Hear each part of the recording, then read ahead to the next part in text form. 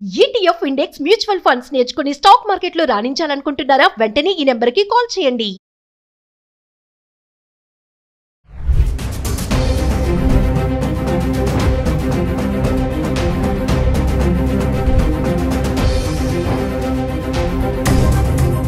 Hello viewers, welcome back to our channel. ప్రస్తుతం మనతో పాటు ఉన్నారు ఎంఎన్సీ ఎగ్జిక్యూటివ్ 25 ఇయర్స్ నుంచి అమెరికాలో ఉంటున్నటువంటి వీరభద్ర సార్ గారు. సార్తో మాట్లాడదాం. ప్రెసెంట్ అమెరికాలో సిచ్యువేషన్ ఎలా ఉంది అనేది. ఈరోజు చూసుకుంటే మరి 8 లక్షల మందిని ట్రంప్ గెట్అవుట్ అంటున్నాడు. చాలా మందిని రిటర్న్ పంపించేస్తున్నారు, మిలిటరీ ఎయిర్ క్రాఫ్ట్ బుక్ చేసి కూడా. మరి ఒక్కసారి సార్తో మాట్లాడదాం. మరి అక్కడ ఉన్నారు కాబట్టి అక్కడ ప్రెసెంట్ సిచ్యువేషన్ ఏంటి, మన వాళ్ళు ఎలాంటి ఇబ్బందులు పడుతున్నారు అనే దానిపైన. నమస్తే సార్. నమస్తే అమ్మా. సార్, అమెరికాలో H1B వీసాతో సెటిల్ అవ్వాలి అంటే ప్రాసెస్ ఎలా ఉంటుంది? అంటే H1B వీసా ఉంటే సెటిల్ అయిపోవచ్చు అక్కడ అంటే ఏం చెప్తారు సార్? ఇప్పుడు కొన్ని మాటలు మనము చాలా లూజ్గా వాడతాం అమ్మాయి. ఎవరైనా సరే మీ ఆడియన్స్ చూసేవాళ్ళు, ఫస్ట్ ఆఫ్ ఆల్ సెటిల్ అవడం అంటే ఏంటి? ఫిజికలీ స్టే చేయడమా, ఫినాన్షియలీ ఎస్టాబ్లిష్ అవ్వడమా, లేకపోతే ఒక ఉద్యోగంలో లాంగ్ టైంలో ఎంగేజ్ అవ్వడమా, ఏంటి? సో H1B అన్నది is just your visa status. H1B జనరల్గా for the long maximum period of 6 years ఇస్తారు. మధ్యలో ఒక 3 years తర్వాత రెన్యువల్ చేయాలి. అలానే H1B అనేది ఎంప్లాయర్ స్పాన్సర్డ్ వీసా. ఒక ఎంప్లాయరు నేను నా ప్రయత్నాలు నేను చేసి లోకల్గా ఉద్యోగుల కోసం వెతికితే నాకు కావాల్సిన స్కిల్ అండ్ ఎక్స్పీరియన్స్ ఉన్నవాళ్ళు దొరకలేదు కాబట్టి నేను H1 ఫైల్ చేస్తున్నా అని ఒక అండర్టేకింగ్ ఇచ్చి, ఎఫిడవిట్స్ ఇచ్చి, దానికి తగ్గట్టుగా తను చేసిన ఎఫర్ట్స్ ఏంటి, మినిమం 3 months ఎంతో పబ్లిష్ చేసి ఎన్ని రెజ్యూమ్స్ వచ్చాయి, ఎంతో ఫిల్టర్ చేసాము, ఇవన్నీ ప్రూవ్ చేయాలి అది ఆ కంపెనీ. అప్పుడు వాళ్ళు ఫైనల్గా H1 ఫైల్ చేస్తారు. ఆ H1లో ఎవరన్నా నాలాంటి వాడు వచ్చాడు అనుకుందాం. వస్తే నేను అక్కడ జాబ్ చేస్తాను. మళ్ళీ అగైన్ లాస్ట్ టైం మీకు చెప్పాను, there is nothing called a job in America. Everything is temporary, everything is project oriented. So మనము ఒక ప్రాజెక్ట్కి వాళ్ళు హైర్ చేసినట్టయితే అది 3 నెలల, 6 నెలల, సంవత్సరమా ఆ ప్రాజెక్ట్లో మనం వర్క్ చేస్తాం. ఒకవేళ లాంగర్ ప్రాజెక్ట్స్ ఉన్నాయి, లాంగ్ టైం నడిచే ఎంగేజ్మెంట్స్ ఉన్నాయి, లేదంటే ఒక ప్రాజెక్ట్ నుంచి ఇంకో ప్రాజెక్ట్కి, ఇంకో ప్రాజెక్ట్ నుంచి ఇంకో ప్రాజెక్ట్కి, అట్లా అదే ఎంప్లాయర్ దగ్గర మీరు 3 ఏళ్ల పాటు కంటిన్యూ అయ్యారనుకుందాం. అప్పుడు 3 ఏళ్ల తర్వాత all you have to do is get your H1 renewed. ఆ రెన్యువల్ మళ్ళీ అప్రూవ్ రాగానే జనరల్గా మన పిల్లలు చేసేది ఏంటంటే ఇండియాకి వచ్చి స్టాంపింగ్ చేయించుకొని మళ్ళీ వెనక్కి వెళ్తారు కదా. అది ఇండియాకే రావక్కర్లా, వేరే మెథడ్స్ కూడా ఉన్నాయి. అసలు యాక్చువల్గా మీరు స్టాంపింగ్ చేయాల్సిన అవసరం కూడా లేదు మీకు. Stamping is only for the purpose of travel తప్ప మీరు విత్ ఇన్ ద కంట్రీ ఉంటే అదే కాగితం మీద మీరు అన్ని పనులు చేసుకోవచ్చు. కానీ చాలా మటుకు మన వాళ్ళందరూ అనుకునేది ఏంటంటే రెన్యువల్ అయింది కాబట్టి నేను ఇండియాకి వెళ్ళాలి, దీన్ని స్టాంపింగ్ చేయించుకుని రావాలి వస్తారు. ఓకే, వచ్చారు. వచ్చిన తర్వాత మళ్ళీ అనదర్ 3 years కంటిన్యూ అవుతుంది. అలానే ఒకవేళ అదే ఎంప్లాయర్ మీకు మళ్ళీ వేరే ప్రాజెక్ట్లో పెట్టి వేరే ఎంగేజ్మెంట్స్ ఇచ్చి మీకు కంటిన్యూ చేశాడు అనుకోండి, అక్కడే మీరు 6 ఏళ్ల పాటు సెటిల్ అవ్వచ్చు. సెటిల్, అది దట్స్ వన్ వే మనం సెటిల్ అంటాం. But it's again temporary for 6 years. ఈ లోపు green card, permanent residency process ఒకవేళ అదే ఎంప్లాయరు ఆయన దయా కరుణం ఉంటే బాగుంటే ఏం చేస్తాడంటే they will initiate green card process. మళ్ళీ అక్కడ లేబర్ సర్టిఫికేషను అన్నీ వాళ్ళు వెళ్తారు. వెళ్ళి గ్రీన్ కార్డ్ కోసం అని చెప్పి again H1 or labour certification, then I-140, then eventually permanent residency or adjustment of status అంటారు దాన్ని, గ్రీన్ కార్డ్. సో అది మళ్ళీ ఒక ప్రాసెస్. అది 6 ఏళ్ళు అయిపోయిన వాడికి ఈ లేబర్ సర్టిఫికేషన్ I-140 కూడా కంప్లీట్ అయి ఉన్నట్టయితే వాళ్ళు ఎవ్రీ 2 years, ఎవ్రీ 1 year మీకు రెన్యూ చేసుకుంటూ ఉండొచ్చు. ఆటోమేటిక్గా అప్రూవ్ కూడా చేస్తారు. అది గ్రీన్ కార్డ్ వచ్చేంత వరకు, అంటే మన టర్న్ వచ్చేంత వరకు ఇది రెన్యూ చేసుకుంటూ అక్కడ ఎక్స్టెండ్ చేసుకుంటూ ఉండొచ్చు. అంటే H1B వీసా ఉన్న వాళ్ళకి గ్రీన్ కార్డ్ ఈజీగా వచ్చేస్తుంది సార్? ఈజీ ఏది లేదు.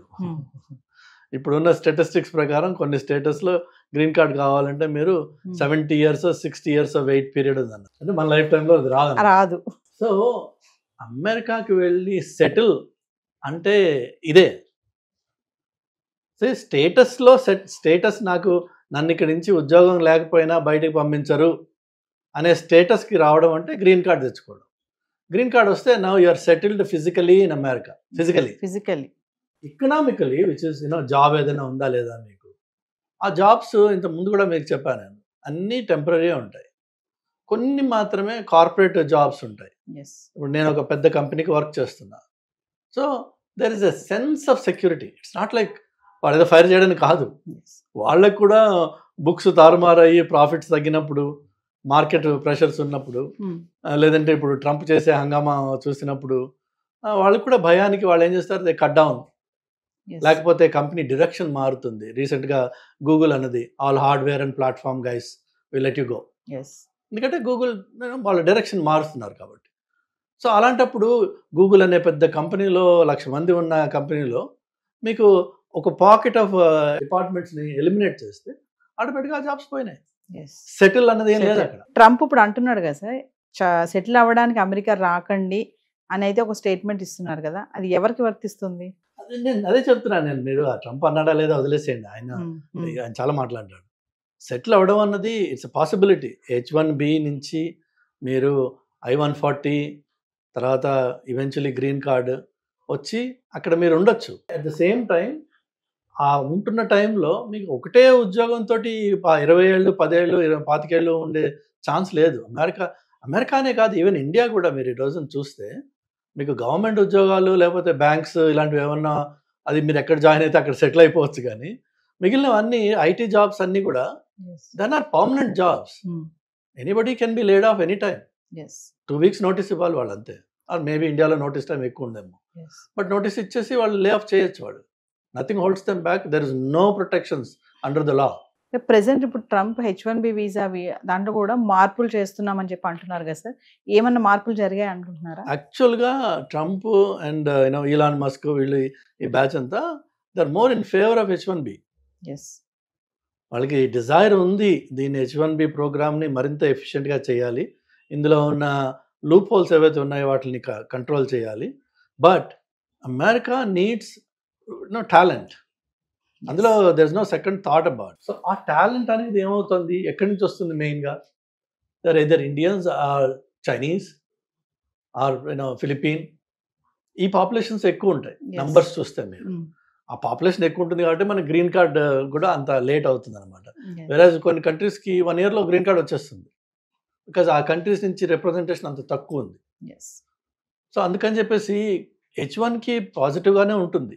ఇన్ ఫ్యూచర్ ఇష్యూస్ ఇంకా డెవలప్ అవుతాయి, పాజిటివ్నెస్ బాగుంటుంది. కానీ వాళ్ళకి గ్రీన్ కార్డ్ రావడం అనేది అది ట్రంప్ ఒక్కడి వల్ల అయ్యే పని కాదు. అది కాంగ్రెస్లో లీగల్ ఏదైతే ఉందో స్టేటస్ మార్పిడి లేకపోతే గ్రీన్ కార్డ్స్ కోటా మేనేజ్మెంట్ ఏదైతే ఉందో దానికి నేను అమెరికాకు వెళ్ళినప్పటి నుంచి క్యాంపెయినింగ్ నడుస్తుంది, ఇన్ఫ్లుయెన్స్ నడుస్తున్నాయి, బిల్స్ వస్తున్నాయి.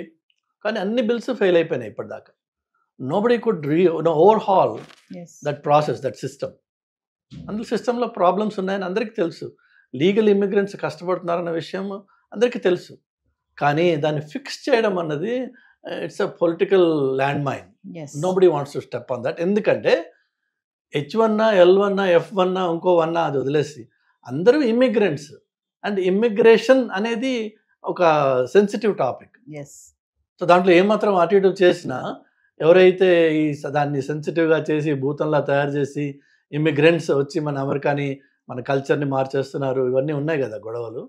సో వాళ్ళు they take that up as a very serious topic. So పాలిటిక్స్లో ఎవరైతే ఉన్నారో పొలిటీషియన్స్కి వాళ్ళ కెరీర్ ఎండ్ అయిపోయే అవకాశం ఉంది ఆ టాపిక్ని టచ్ చేస్తే. ఒక విషయం చెప్పండి సార్, అంటే ఎలా పడితే అలా అమెరికా వెళ్ళిపోవాలి ఏదోలాగా, అక్కడికి వెళ్ళి పడ్డామా అక్కడ ఉద్యోగం ఏదో చేద్దామా అని కాకుండా ప్రెసెంట్ ఏంటంటే టాలెంట్ స్మార్ట్ పీపుల్ని ఖచ్చితంగా అక్కడ తీసుకోవడం అనేది జరుగుతుంది అంటారు. ఇక్కడి నుంచి వెళ్ళే వాళ్ళు ఖచ్చితంగా ఏదో ఒక టాలెంట్తోనే వెళ్ళాలి. ఏమీ లేకుండా ఏదో అక్కడికి వెళ్ళి పడ్డామా ఏదో చేసుకున్నాం బ్రతుకుదాం అంటే మాత్రం ఇప్పుడు సర్వైవ్ అయ్యే పరిస్థితి ఉందా లేదా అంటే ఏం చెప్తారు సార్? ఇప్పుడు కాదు, అది ఎప్పుడు లేదు ఆ పరిస్థితి. ఎందుకంటే అన్ఫార్చునేట్గా మనము అక్కడ వెళ్ళి ఇండియన్స్ కొంత సిస్టమ్స్ని అక్కడ పొల్యూట్ చేసిన మాట వాస్తవం. నేను రీసెంట్ టైమ్స్లో I have seen notifications for ఇది ఎంప్లాయీస్ కోసం నోటిఫికేషన్స్ పెట్టిన వాళ్ళు క్లియర్గా కింద చెప్తున్నారు, no AP or Telangana graduate. అదే మనం ఎంత నొటోరియస్ అయిపోయామన్న దానికి ఒక ఎగ్జాంపుల్ చెప్తున్నాను. పోనీ ఆ పెట్టినవాడు లోకల్ అమెరికన్ కాదు, వాడు ఇండియనే. బట్ వాళ్ళు చూస్తున్నారు ఏంటంటే మనం చేసే తప్పుడు పనులు ఏవైతే ఉన్నాయో, అంటే ఏంటంటే ఫర్ ఎగ్జాంపుల్ ఈ స్టూడెంట్స్గా చదవడానికి వస్తారు F1 మీద, ఆ వచ్చిన పిల్లవాడికి మహా ఉంటే 22-23 ఇయర్స్ ఉంటాయి ఏజ్. వాడు అక్కడికి వచ్చి మాస్టర్స్ చేస్తాడు, వాడికి ఒక రెజ్యూమే తయారు చేస్తారు ఈ కన్సల్టింగ్ కంపెనీస్. అది 100% బోగస్ అది. ఓకే, సో ఆ బోగస్ రెజ్యూమే మీద జాబ్స్ ఎవరిస్తారమ్మా? సో ఏదో ఒకటి చేసుకుంటా అంటే ఈ దొంగతనం కొన్ని రోజులే నడుస్తుంది, ఏదైనా సరే అది పట్టుపడుతుంది, పట్టుపడిపోయింది ఇప్పుడు. బట్ నెవర్దలెస్ మనం చేసింది దొంగతనం. నేను అమెరికాకి వెళ్ళి ఏదో చేసుకుని బతికేస్తాను అనే ప్రసక్తి లేదు అక్కడ. అంటే ప్రెజెంట్ ఒక విషయం చెప్పండి సార్, ప్రెజెంట్ మాత్రం అక్కడికి వెళ్తే టెంపరీ, నువ్వు ఉద్యోగం చేసానికి వెళ్ళినా చదువుకోవడానికి వెళ్ళినా ఏదైనా సరే టెంపరీగానే ఉండి రావాలి తప్ప అక్కడ సెటిల్ అవ్వడం అనే ఆలోచన అనేది ఇప్పుడున్న పరిస్థితిలో లేదు అని అనుకోవచ్చు అంటారా? టెంపరీ అంటే మీరు అమెరికాకి విజిట్కి వెళ్ళి రావడం అనేది ఉంది కదా ఒకటి, దాన్ని B1 B2 వీసా అంటారు. అలా వెళ్ళేసి సరదాగా 3 నెలలు 2 నెలలు తిరిగేసి వస్తాను నేను, అది కూడా ఆ వీసా అప్రూవ్ అయితే వెళ్ళి తిరిగి రండి, ప్రాబ్లం లేదు. కానీ అక్కడికి వెళ్ళి నేను ఏదో ఒక ఆడ్ జాబ్ చేసుకుంటాను, ఆడ్ జాబ్స్ అంటారు వాటిని. ఏదైతే మీకు ఎంప్లాయర్ చెక్ రూపకంగా మీకు శాలరీ ఇవ్వలేడు, బై క్యాష్ ఇస్తారు. ఎందుకంటే ఎంప్లాయర్కి కూడా తెలుసు is not suppose to employ you, కానీ వాడు వాడుకున్నాడంటే క్యాష్ రూపకంగా డబ్బులు ఇస్తాడు. That means you are living an illegal life. మీరు నిర్ణయం చేసుకోవాల్సిందల్లా మీ ఆడియన్స్ అందరికి ఎవరికైనా నేను చెప్పేది ఏంటంటే, అక్కడికి వెళ్ళి ఆ బతకాల్సిన అవసరం ఉందా నీకు? అక్కడికి వెళ్ళి అంత హీనంగా ఏ మెక్డానల్డ్స్లోనో లేదంటే ఏ ఇండియన్ రెస్టారెంట్లోనో నలుగురికి సర్వ్ చేయడమో, లేదంటే గిన్నెలు కడగడమో, లేదంటే స్టోర్స్లో పనిచేయడమో అర్ధరాత్రి అపరాత్రి, అక్కడ ఉండే రిస్కులు ఉన్నాయి. బట్ ఆ వర్క్ కోసం అని చెప్పి నువ్వు అమెరికాకి వెళ్ళాలా? డాలర్ కన్వర్షన్ అంత గొప్పదా? అంత అవసరమా? అది లేక ఇక్కడే మన అహంకారం ఏదైతే ఉందో కొంచెం అహాన్ని కొంచెం కంట్రోల్ చేసుకుని ఎంతోమంది మాస్టర్స్ చేసి ఇంజనీరింగ్ చేసి ఫార్మస్యూటికల్ డిగ్రీస్ చేసి పిల్లలు పానీపూరి బండి పెట్టుకున్నారు. ఇండియాలో హైదరాబాద్లో ఉన్నారు మీకు మాస్టర్స్ చేసి పానీపూరి పెట్టుకున్న వాళ్ళు, రోజుకి 3,000 2,000 4,000 సంపాదిస్తున్నారు వాళ్ళు. తప్పేంటి అందులో? కానీ మనకేంటంటే డిగ్నిటీ ఆఫ్ లేబర్ అని చెప్పి ఒకటి ఇండియాలో ఇక్కడ ఉంది. అదంతా నేను చేస్తా, ఇదంతా నేను చేస్తా అక్కర్లా. నువ్వు ఏదైనా సరే, ఏ పనైనా సరే, ఫస్ట్ ఆఫ్ ఆల్ నీ సెల్ఫ్ రెస్పెక్ట్ మెయింటైన్ చేసుకుని నువ్వు పని చేసినట్టయితే అది నీకు గర్వంగా ఉంటుంది, ధైర్యంగా ఉంటుంది. నువ్వు దొంగతనంగా బతకాల్సిన అవసరం లేదు. అక్కడ మీకు డ్రైవర్స్ లైసెన్స్ రాదండి మీకు స్టేటస్ లేకపోతే, which means you can never drive. వేరే వాళ్ళ కారులో అయాపా అని అడుకుని తిరగాలి తప్ప యూ కెన్ నెవర్ డ్రైవ్. ధైర్యంగా మీరు ఒక ఫ్లైట్ ఎక్కి వెళ్ళలేరు, ఎక్కడ ఎవడు నేను స్టేటస్ చెక్ చేస్తాడు. అంత దొంగగా ఉండాలి. అంత ఉండాల్సిన అవసరం ఉందా? అన్ఫార్చునేట్ ఏంటంటే నాకంటే ముందు 10 మంది వెళ్ళారు, వాళ్ళందరూ అక్కడ ఉన్నారు, వాళ్ళు సెటిల్ అయిపోయారు, నేను కూడా వెళ్తా అక్కడికి.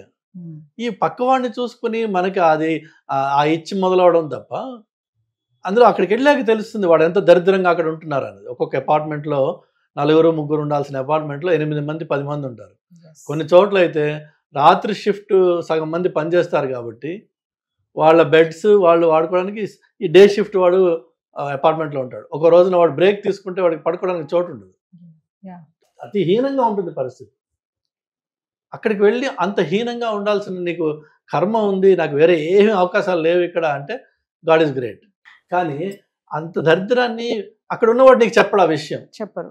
వాడేమో అమెరికా 4 బిల్డింగ్స్ బొమ్మలు చూపిస్తే అయితే అమెరికా అనుకుంటావు. ఆ బిల్డింగ్స్ ఉన్నది ఓన్లీ న్యూయార్క్ సిటీ డౌన్ టౌన్లో మాత్రమే ఉన్నాయి, or maybe Chicago, or maybe LA. But the rest of America is actually wide open green space. గట్టిగా అరిస్తే పక్కింటి వాడు పిలిపి మనకి కనిపించని పలకని ఇంత దూరంలో ఇళ్ళు ఉంటాయి కొన్ని చోట్ల. ఒంటరితనంతో చచ్చిపోతుంటారు అక్కడ. సో అక్కడికి వెళ్ళి నాకు అంటే వేరే వాళ్ళు చెప్పిన వాటి విషయాలు అవి విని మభ్యపడి అక్కడికి వెళ్ళే బదులు ఫ్యాక్ట్ చెక్ చేయండి. What is the reality on the ground. Present sir H1B visa tight అవుతుంది, టైట్ చేస్తున్నాడు ట్రంప్ అంటే ఏం చెప్తారు ఓవరాల్ గా? టైట్ లూజ్ అంటే ఏం లేదండి, మనకి ప్రాపర్ క్వాలిఫికేషన్ ఉంది. నెంబర్ 1 క్వాలిఫికేషన్ ఉంది. నెంబర్ 2 వీసా ఇంటర్వ్యూకి వెళ్ళినప్పుడు ఆయన అడిగే మినిమం ప్రశ్నలకి నేను ఇంగ్లీష్లో జవాబు చెప్పగలనా లేదా. అలా ఇది వాళ్ళు 100 ప్రశ్నలు వేయరు కదా, అది ఇంటర్వ్యూ కాదు, అది 3 or 4 ఉంటాయి. వాళ్ళు అదే మెతుకు ముట్టుకున్నట్టే, మొత్తం ఒక అన్నంలో చేయబెట్టట్లేదు కదా. ఆ 3 మెతుకుల్లో మీకు అది ఇది పాడైపోయింది అన్నం రా అని చెప్పి వాడికి తెలిసిపోతుంది. అలా కాదు, మీ దగ్గర సరుకు ఉంది. If you are talented you should definitely try. America is one country where if you are talented your opportunities are endless.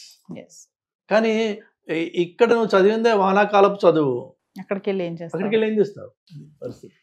దయచేసి నా సలహా ఏంటంటే work on yourself first, be good at some subject, take whatever it is hot ఏదైతే మార్కెట్లో ఉందో, అది ఏఐనా డేటానా ఎంఎల్ఆ ఏదైనా సరే, ఒక టాపిక్ తీసుకోండి, దాని మీద పని చేయండి, దాని మీద గట్టిగా ఫౌండేషన్ బేస్ చేసుకోండి, క్రియేట్ చేసుకోండి. దెన్ కమ్యూనికేషన్ మీద వర్క్ చేయండి. Communication, be able to express yourself and explain what you know. నాకు తెలుసు నువ్వు ముందు జాబ్ ఇచ్చే నేను చేసి చూపిస్తా అంటే ఎవడివ్వడు, కానీ నాకు తెలుసు అన్న విషయాన్ని నేను చెప్పుకోగలగాలి. ఇవి 2. 3వది వచ్చేసి I need to be presentable. మాసిపోయిన గడ్డమును జుట్లు పెట్టుకుని ఏదో పనికిరాని అలాగ అప్పుడే నిద్ర లేచి ఇంటర్వ్యూలకు వెళ్తే ఆ జాబ్ ఇంటర్వ్యూ రాదు, వీడి వీసా ఇంటర్వ్యూ రాదు, 2 రావు. You need to present yourself like a professional. అది it takes effort, it takes investment, it takes seriousness. Then you become something in your life, and then be proud of what you achieved. Make it happen. అంతేగాని వాడి కాళ్ళు పట్టుకుని వీడి కాళ్ళు పట్టుకుని అయ్యాపా ఏదో ఒకటి చేసుకుని నేను బతికేస్తా, ఆ ఏదో చేసుకుని అంత దీనస్థితిలో ఉన్నావా నువ్వు? లేవు. మోస్ట్ ఆఫ్ అస్, మనకి పిల్లలు భగవంతుడి దయ వల్ల ఇండియన్ పేరెంట్స్ వాళ్ళ పిల్లలకి తల తాకట్టు పెట్టి డబ్బులు తీసుకొచ్చి ఇస్తున్నారు. ఆ తల తాకట్టు పెట్టి ఇచ్చిన డబ్బులతో ఇక్కడ గర్వంగా ఏదైనా చేయండి. అక్కడికి వచ్చి ఏదో ఒకటి అని కాక్రోచెస్ ఇన్ఫెస్టెడ్ అపార్ట్మెంట్స్లో ఉండి 50 ఏళ్ళు 60 ఏళ్ళ క్రితం కట్టిన ఇళ్ళు, ఇన్సెక్యూర్ ఏరియాస్ ఉంటాయి. చౌకగా దొరకాలి అపార్ట్మెంట్ అంటే మీకు you have to go to areas that are highly insecure. So అక్కడికి వెళ్ళి ఉంటే ఎవడో ఏ రాత్రో ఒకటి కొట్టి మన దగ్గర ఉంది లాక్కుంటాడు. వాడు ఒకటి కొడితే చాలు మనం చచ్చిపోవడానికి, గట్టిగా ఉంటారు వాళ్ళు. లేదు, ఏ షూటింగ్ అవుతుంది, మనం అడ్డంగా పడతాం అందులో. ఈవెన్ దో యూఆర్ ఇన్నోసెంట్, గన్కి తెలియదు, అది బుల్లెట్కి తెలియదు నువ్వు ఇన్నోసెంట్ అన్నది. సెలెక్టివ్గా షూట్ చేయడం పడ్డా అయిపోతుంది మన పని. ఇక్కడ అమ్మా నాన్నలు క్షోభతోటి ఏడవడం ఎందుకు? ఇవన్నీ అవసరమా? Thank you. హాయ్, మొట్టమొదటిసారిగా మన విజయవాడలో క్లాస్ రూమ్ ట్రైనింగ్ అండి, 1 day క్లాస్ రూమ్ ఎన్విరాన్మెంట్లో ఆఫ్లైన్ వెబినార్ జరగబోతుంది. అంటే ఇంట్రెస్ట్ ఉన్న పార్టిసిపెంట్స్ ఈ కింద స్క్రోల్ అవుతున్న నెంబర్కి రింగ్ చేసుకొని సీట్ బుక్ చేసుకోండి. దీంట్లో ETFs, index funds and mutual funds మీద completely and hand holding experience మీకు ప్రొవైడ్ చేయబడుతుంది. దీని ద్వారా ఏంటంటే మనం ఎసెట్స్ని స్టాక్ మార్కెట్లో ఎలా మేనేజ్ చేసుకోవాలి, ఎలా గ్రో చేసుకోవాలి, ఎలా ప్రొడక్ట్ చేసుకోవాలో అంటే ప్రాక్టికల్గా నేర్చుకుంటారు. అండ్ మీ ఇప్పటి వరకు మనం ఆన్లైన్లోనే మీరు అటెండ్ అవుతున్నారు. ఇక నుంచి మీరు మన విజయవాడ సిటీలోనే అండ్ లైవ్లో క్లాస్ రూమ్ ఎన్విరాన్మెంట్లో నేర్చుకునే ఛాన్స్ దొరుకుతుంది. కాబట్టి ఇంట్రెస్ట్ ఉన్న పార్టిసిపెంట్స్ కింద స్క్రోల్ అవుతున్న నెంబర్కి పింగ్ చేసి సీటు రిజర్వ్ చేసుకోండి. Thank you.